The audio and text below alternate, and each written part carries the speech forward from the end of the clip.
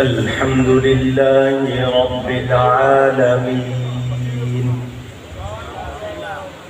والعاقبة للمتقين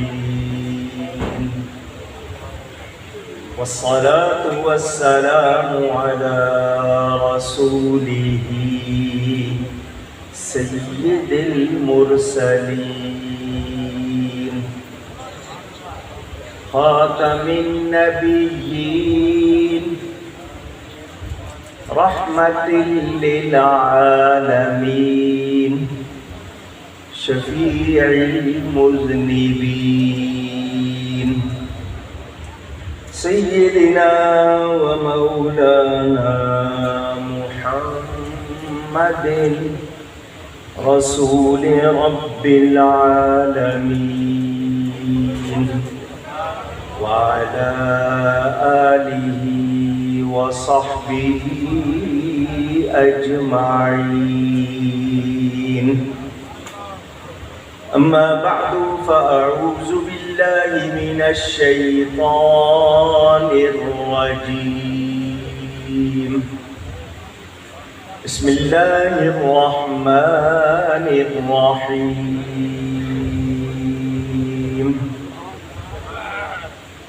فإن آمنوا بمثل ما آمنتم به فقد اهتدوا. صدق الله العلي العظيم. محبت کے ساتھ ایک مرتبہ دروشی پڑھ لیجیے. اللهم صل على سيدنا ومولانا محمد معدن الجود والكرم وآله وصحبه وبارك وسلم. الصلاة والسلام عليك يا رسول الله. الصلاة والسلام عليك يا حبيب الله. الصلاة والسلام عليك يا رحمة للعالمين وعلى آلك وأصحابك يا شفيع المذنبين.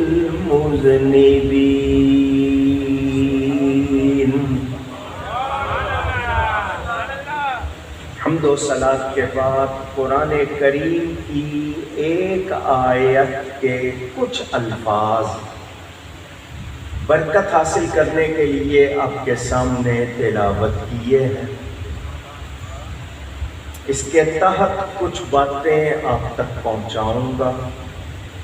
اللہ تعالیٰ سے دعا ہے وہ مجھے حق بیان کرنے، ہم سب کو حق سن کر اس کو قبول کرنے، اس پر عمل کرنے اور اس پر قائم رہنے کی توفیق عطا فرمائے. ان کا پڑھایا ہوا سبق سنانا. یہ بچے دیکھے میں نے جن کی دستار بندی ہوئی ہے، میں ان سے بھی چھوٹا تھا جب اس مدرسے میں پڑھنے آیا.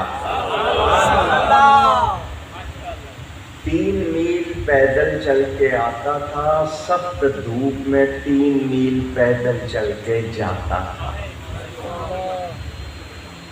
اسکول میں بھی اور حضرت صاحب کے پاس بھی. وہ ان دنوں کی محنت ہے کہ آپ یہ آج ہار ڈال رہے ہیں. ان بزرگوں کا فیضان جو ہستی آرام فرما ہے، جس کا عرس منا رہے ہیں، وہ ہمارے لیے اللہ تعالی کی بہت بڑی نعمت ہے اور آپ کے اس شہر کے لیے برکت ہے. جنہوں نے زیارت کی، جنہوں نے ملاقات کی، جنہوں نے ان کے پیچھے نماز پڑھی، جنہوں نے سنا، انشاءاللہ خالی نہیں رہیں گے. میں نے یہ بات زبدۃ الآثار میں پڑھی جو تلخیص ہے بہجت الاسرار کی. ایک نوجوان روتا ہوا سیدنا غوث پاک کے پاس آیا، میں نے اپنے باپ کو خواب میں دیکھا ہے، اس کا انتقال ہو گیا، خواب میں دیکھا ہے وہ اچھی حالت میں نہیں ہے، تو اس نے مجھے کہا ہے کہ غوث پاک کے پاس جاؤ اور میرے لیے دعا کرواؤ۔ سیدنا غوث پاک رضی اللہ تعالی عنہ نے اس سے پوچھا، تیرا باپ کیا میرا مرید تھا؟ کہ نہیں۔ کبھی وہ میری مجلس واعظ میں آیا؟ کہ جی نہیں۔ میرے پیچھے نماز پڑھی؟ کہ جی نہیں۔ کبھی میرے ملنے والوں میں آ کر بیٹھا؟ جی نہیں۔ میرا لنگر کھایا؟ اس نے کہا جی ہاں یہ کام کیا اس نے۔ فرمایا جا پھر تیرے باپ کا کام ہو جائے گا۔ اس سے یہ نہ سمجھنا کہ نماز نہیں پڑھنی، روزہ نہیں رکھنا، نیکی نہیں کرنی، لیکن یک زمانہ صحبت با اولیاء بہتر از 100 سالہ طاعت بے ریا۔ دکھاوے کی 100 سال کی عبادت سے اللہ کے کسی کامل بندے کے پاس ایک لمحہ گزارا ہے تو کام آئے گا۔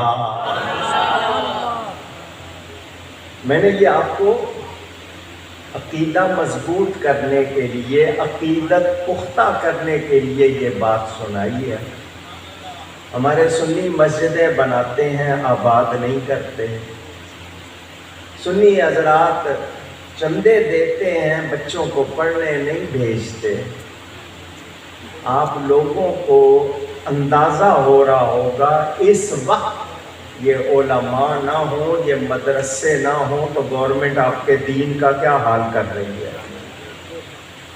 جس طرح I G police, inspector general police اس کی ڈیوٹی ہے، جس طرح چیف آف آرمی اسٹاف کی ڈیوٹی ہے سرحدوں کی حفاظت کرنا، ماحول کی حفاظت کرنا، ان لوگوں کی ڈیوٹی ہے آپ کے ایمان کی حفاظت کرنا۔ اور ایمان کے بغیر بخشش کا کوئی تصور اونچی پنجابی وچ جملہ کہہ دینا، وہ چنگیاں نو ویکھیا ہوئے گا تے اکھاں نہیں سڑن گیا۔ بات سمجھ میں آئی؟ اور مجھے میرے حضرت نے یہ بات سنائی تھی، میں نے کہیں پڑھی نہیں ہے، حضرت سے سنی ہے، من زار مغفورن سارا مغفورن، جس نے کسی بخشے ہوئے کو دیکھ لیا وہ بھی بخشا گیا۔ مجھے اعتماد ہے حضرت پر، کچی بات تو کرتے نہیں تھے، دین کے معاملے میں کسی کا لحاظ تو تھا نہیں۔ وہ خود کہتے تھے نہ میں تقریر فروش، نہ میں تعویذ فروش، وہ کچھ بیچتے نہیں تھے، وہ دلوں میں نبی کی محبت ٹرانسفر کرتے تھے۔ ان کا احسان مانو۔ آج ان کے عرس میں آئے ہو، ان پر احسان نہیں کر رہے، اپنی جھولیاں بھر رہے ہیں۔ اللہ تعالی فردوس بری میں ان کو اعلیٰ درجات عطا فرمائے۔ ان کا مقصد کیا تھا؟ عرس بنانے کا مقصد کیا ہوتا ہے؟ 2 باتیں، ایصال ثواب اور پیغام پہنچانا۔ جس کا عرس ہے اس کا پیغام کیا تھا؟ اور ہم ان کی بارگاہ میں ہدیہ، تحفہ، ایصال ثواب کرتے ہیں۔ یہ 2 مقصد ہوتے ہیں۔ چونکہ مدرسہ ہے، دستار بندی ہوئی ہے، آپ کے لیے شاید اس کی اہمیت نہیں ہوگی، یہ 3 گز کا کپڑا نہیں ہے، یہ بہت بڑی ذمہ داری ہے، یہ عزت ہے کہ ان کے سروں پر وہ چیز سجائی گئی کہ ان کا تعلق نبی سے ہو گیا ہے۔ یہ معاشرے میں جائیں گے تو وارثان علوم انبیاء بن کر جائیں گے۔ اور آپ شاید سمجھتے نہیں اور جانتے نہیں، دین کے جو طلباء ہوتے ہیں، طالبان علم، ان کے پاؤں کے نیچے فرشتے اپنے پر بچھاتے ہیں۔ ابو داؤد میں حدیث موجود، سمندروں کی مچھلیاں، درختوں کی شاخوں پر چلنے والی چیونٹیاں بھی علماء دین کے لیے دعائیں کرتی ہیں۔ اور ان کی ایک نماز کا ثواب کتنا ہے وہ ان کو بتا دوں گا تو کہیں گے ذرا پنجابی کی کہ میں نے چوڑنا ہو جائے، لیکن درجہ ہے۔ اب یہ دستار سج گئی، اب ان کو کھانا پینا اٹھنا بیٹھنا احتیاط سے ہے کہ یہ عام نہیں رہے، اب یہ خاص ہو گئے۔ دوسرے ان کو دیکھیں گے اور کہیں گے ہیں یہ دستار والا یہ کام کر رہا ہے، تو ان پر ذمہ داری آ گئی۔ اب ان کا ہر قدم اٹھے تو شریعت اور سنت کے مطابق اٹھے، یہ ذمہ داری لی ہے۔ اور جو قرآن یاد کرایا جس کو آپ حافظ بنانا کہتے ہیں، حالانکہ غیروں کے لیے ایک بات ہے جو مخالف ہے ہمارے عقیدوں کے، قرآن میں تو ہے اِنَّا نَحْنُ نَزَّلْنَا الذِّكْرَ وَإِنَّا لَهُ لَحَافِظُونَ، کہ قرآن کو ہم نے نازل کیا، ہم ہی اس کی حفاظت کرنے والے ہیں۔ تو پھر بندوں کو حافظ کیوں کہتے ہو؟ حافظ قرآن کیوں کہتے ہو؟ یہ ان کے لیے جو یہ کہتے ہیں کہ نہیں جی اللہ کی بات کسی اور پر بولنا، وہ بولنے پر بھی حالانکہ حقیقی معنی مراد نہیں لیتے، وہ بولنے پہ بھی شرک کا فتویٰ۔ تو پھر حافظ قرآن کا کیا مطلب ہے؟ ذرا ان کو کہنا کہ کوکب نے یہ سوال کیا، ذرا جواب دے دو۔ سمجھ آئی کہ اشرف المدارس دا لنگر کھاتا ہے تو شاید بول پوے، ورنہ بول سکے گا نہیں۔ تو یہ آپ جو قرآن یاد کر لیتے ہیں، میمورائز کر لیتے ہیں، آپ ان کو حافظ کہتے ہیں۔ جن ماں باپ نے اپنے بچوں کو قرآن یاد کرایا ہے، کل قیامت کے دن ایمان والے ہوں گے تو ان کے سروں پر نور کے تاج ہوں گے۔ دوسرے دیکھ کے پوچھیں گے یہ تاج تمہیں کیسے مل گئے؟ تو وہ کہیں گے ہم نے بچوں کو قرآن یاد کرایا۔ المصنف میں امام عبد الرزاق نے اس حدیث کو نقل کیا، حافظ قرآن مومن ہو اور یاد رکھے، کیونکہ یاد کرنا آسان ہے، یاد رکھنا بولیے مشکل۔ دوسری عادتیں ہو جاتی ہیں، نہیں پڑھتے، ایک دن نہ پڑھے 40 دن پیچھے چلے جاتے ہیں۔ تو جنہوں نے قرآن یاد کیا، روز پڑھنا ہے، روز پڑھنا، ناغا نہیں کرنا، آدھا پارہ پڑھے، پورا پڑھا، لیکن روز پڑھنا، دور ہوتا رہے۔ تو وہ حدیث لکھتے ہیں جب سچا حافظ قرآن ایمان والا اس کو دفن کیا جاتا ہے تو اللہ زمین سے فرماتا ہے اس کے جسم کو نہ کھانا، اس کے جسم کو آواز، تقریر میں ہی کروں گا، سبحان اللہ کہنے کو بھی نہیں کہوں گا، لیکن جو بات کہہ رہا ہوں تاکہ پتہ چلے آپ سن رہے ہیں سمجھ رہے ہیں، اس کے جسم کو نہ کھانا، اللہ فرما رہا ہے۔ لوگ تو نبیوں کے لیے معاذ اللہ لکھ دیتے ہیں، مر کر مٹی میں مل گئے، معاذ اللہ۔ اللہ فرماتا ہے زمین کو، آگے سے زمین جو جواب دیتی ہے اس میں آج تک حیران ہوں۔ زمین کہتی ہے یا اللہ میں اس کے جسم کو کیوں کھاؤں گی جس میں تیرا قرآن محفوظ ہے؟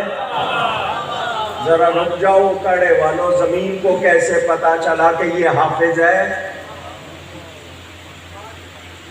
اللہ نے تو صرف اتنا فرمایا نا کہ اس کے جسم کو نہ کھانا، آگے زمین کیا کہتی ہے میں اس کے جسم کو کیسے کھاؤں جس کے سینے میں تیرا قرآن، زمین کو کیسے پتا چلا؟ لوگ تو نبی کے علم پر اعتراض کرتے ہیں یا زمین کو پتا ہے کہ کس نے قرآن یاد کیا؟ بات سمجھ میں آ رہی ہے؟ میں اس کو کیسے دیکھو اندازہ کریں جو قرآن یاد کر لیتا ہے اس کے لیے اللہ کا فرمان پھر زمین اس کے جسم کو کھاتی، اور جو عالم بن جائے کیا بن جائے؟ آپ کے اکاڑے میں ایک ہستی تھے جن کا نام تھا حضرت مولانا محمد علم الدین فرید کوٹی رحمت اللہ علیہ۔ جنہوں نے دیکھا ہے ان کو یاد ہوگا، جو نئے ہیں ان کو شاید یاد نہ۔ میرے حضرت کے وہ اس طرح تھے جیسے دست و بازو ہوتے ہیں۔ اسکول میں کیا نا ان کی ہم قبر شریف، وہیں تدفین ہے، وہی اشرف المدارس اسکول، وہیں قریب میں حضرت۔ یہ واقعہ میں نے بہت چھوٹی عمر میں ان سے سنا تھا، پھر بعد میں کتابوں میں پڑھا۔ وہ واقعہ آج آپ کو سنا دیتا ہوں، سنیں گے؟ یہ مولانا علم الدین صاحب کون تھے؟ ان کو قید کر لیا گیا، چکیاں چلانے کو اور محنت کرنے کو کہا گیا، تو انہوں نے دعا دی، اللہ میں تو مجدد الفسانی ہوں، میں کون ہوں، میرے ذمہ یہ کام لگا دیے مولا، میں عام سا بندہ ہوں۔ یعنی اس پائے کہ انہوں نے محنتیں کی تھی، ختم نبوت دیگر معاملات میں بڑے مجاہد تھے وہ۔ جنہوں نے ان کو پہچانا وہ جانتے ہیں، بڑے حضرت کے مدرسے کے لیے، حضرت کے لیے پوری زندگی لگا دی۔ ہمارے جو حافظ حاجی سردار محمد صوفی سردار محمد صاحب، ان کے سسر یہ مولانا علم الدین صاحب، حاجی صاحب بھی چلے گئے، صوفی سردار صاحب بھی، اللہ ان کی بھی مغفرت فرمائے۔ واقعہ کیا ہے؟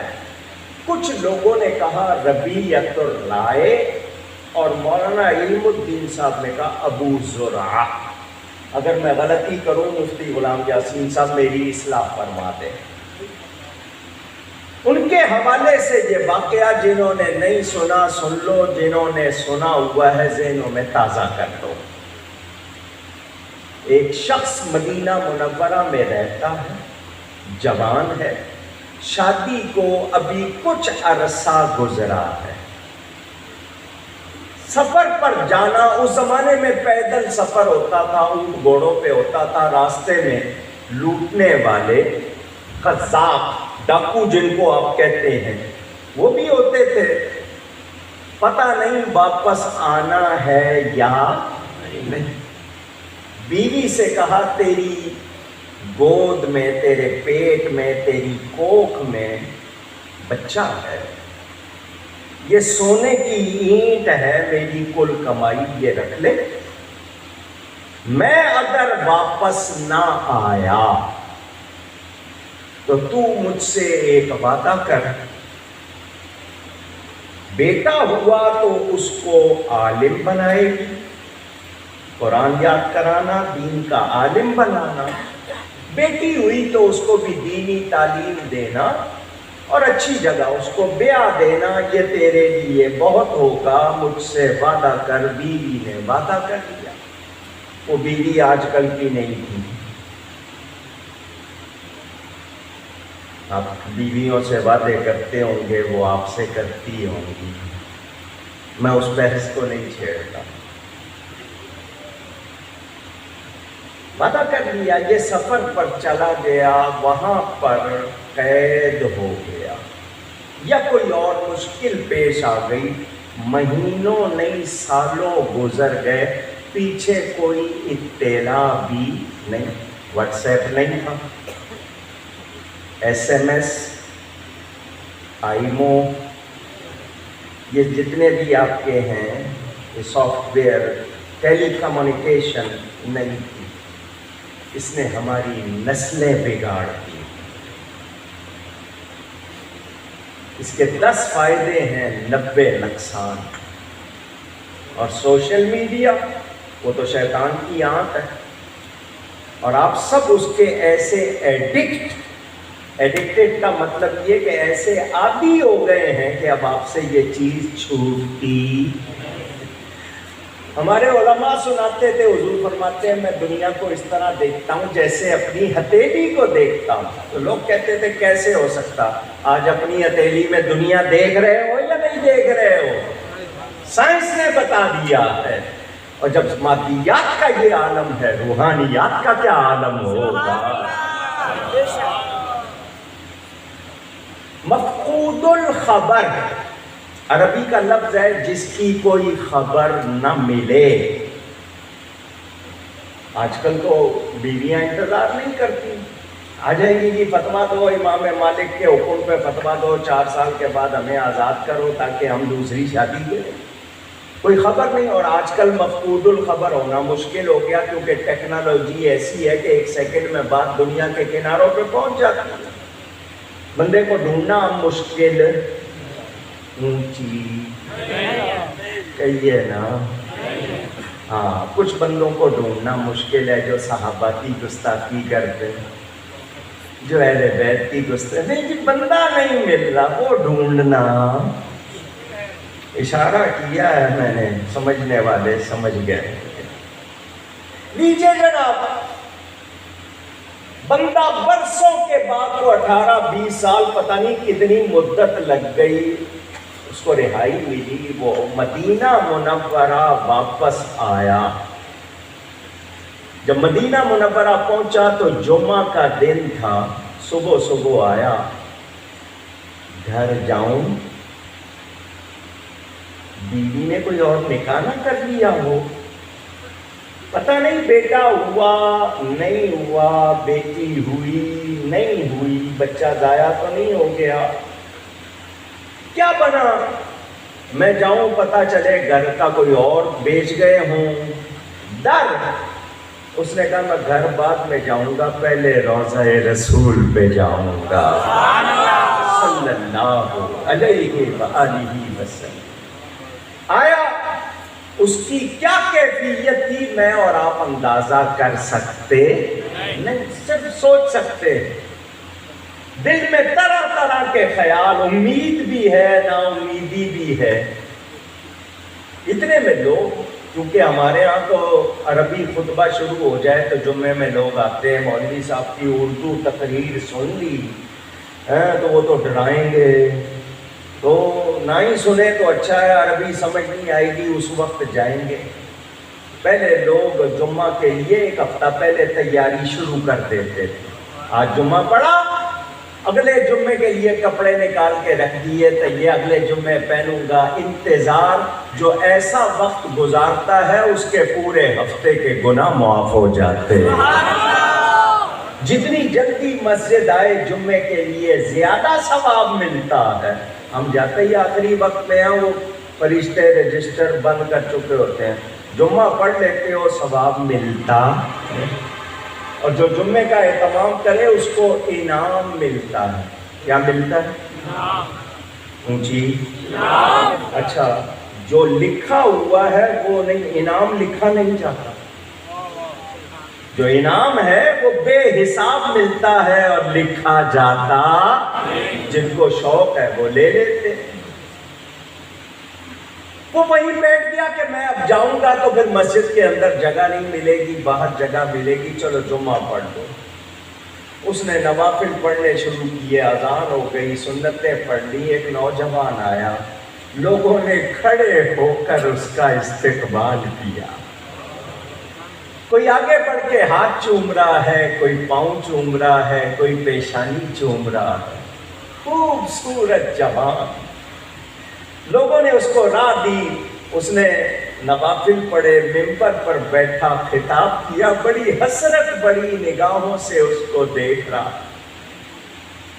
اچھے ماں باپ کا بیٹا ہوگا، دیکھو اس کے منہ سے پھول جھڑ رہے ہیں، کتنی اچھی باتیں کر رہا ہے. نماز ہوئی، پھر لوگوں نے مصافحہ کیا، یہ بھی آگے بڑھا، ہاتھ چومے، دست بوسی کی، پھر سلام کر کے نکلا. اب اسی دھڑکنے ہیں، وہی خیالات ہیں.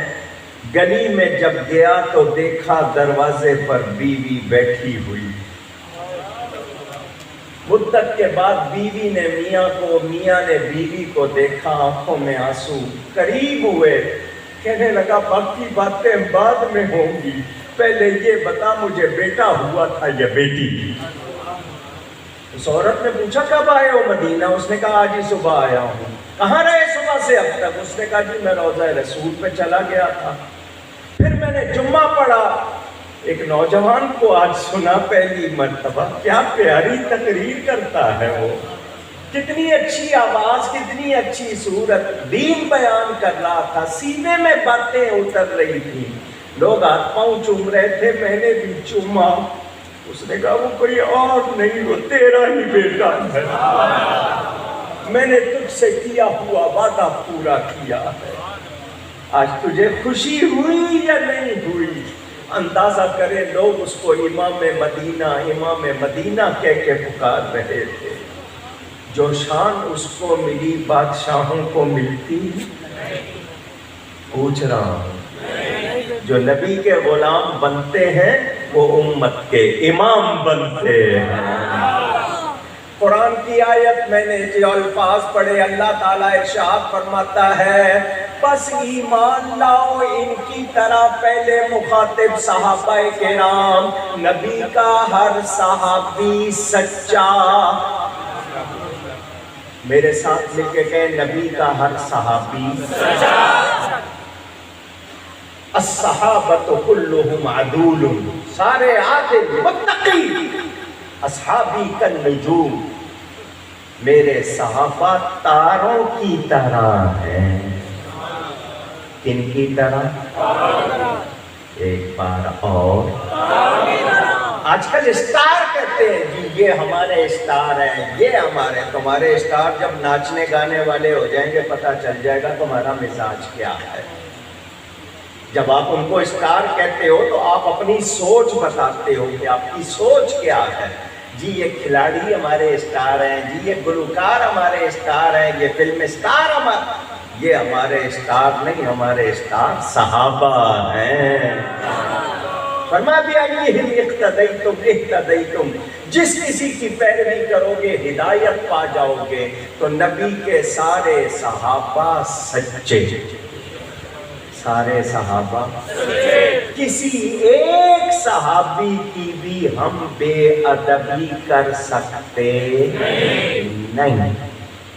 جو کرے اس کے لیے حکم کیا ہے؟ من سب نبیا فاقتلوہ، من سب اصحابی فضربوہ، جو نبی کے لیے برا کہے اسے قتل کیا جائے گا، جو صحابی کو برا کہے اسے پیٹا جائے گا۔ یہ کس کا حکم ہے؟ نبی پاک صلی اللہ علیہ وسلم۔ ترمذی اور دیگر روایتیں، فرمایا اگر تمہارے سامنے صحابہ کو کوئی برا کہے تو آگے سے کہو لعنت اللہ علی شرکم، ہم تم پر، تمہارے شر پر اللہ کی لعنت ہو۔ لعنت بھیجتے ہیں، لعنت کا مطلب محروم ہو جانا رحمت سے۔ تو یہ حکم سنتے ہوئے اب ہمیں حضرت نے کیا سکھایا؟ وہ محب صحابہ بھی تھے، وہ غلام علی بھی تھے۔ ذکر علی ہوتا حضرت کو جوش ہوتا، ذکر صدیق اکبر ہوتا حضرت کا ایمان نظر آتا تھا۔ سمجھ آئیے؟ تو کسی ایک صحابی کی بھی ہم بے ادبی کر سکتے نہیں۔ صحابی کس کو کہتے ہیں؟ وہ شخص جس نے اپنی دنیا کی زندگی میں ایمان کی حالت میں نبی پاک کی صحبت پائی ہو، کیونکہ صحابی صحبت سے بنا ہے، ساتھ بیٹھا ہو، اور اس شخص کی وفات بھی ایمان پر ہوئی ہو، اس کو صحابی کہتے ہیں۔ ہر صحابی نبی جنتی جنتی، ہر صحابی نبی جنتی جنتی۔ جزاکم اللہ۔ سنیں، حضور صلی اللہ علیہ وسلم کے صحابی، صحبت پائی ہے نبی پاک کی، درجہ کتنا ہو گیا ہے؟ پیر خالد صاحب بیان کرے، آپ کا نام؟ سید منور صاحب بیان کرے، قاری عاشق صاحب، یا یہ جتنے بیان کریں تو آپ کہو گے پتہ نہیں یہ کیا کر، میں وہ بات سناؤں جو نبی نے کہی ہے۔ حضور فرماتے ہیں میرا صحابی مٹھی بھر، پنجابی اس کی کہتے ہیں، مٹھی بھر کو کیا کہتے ہیں سمجھتے ہیں نا؟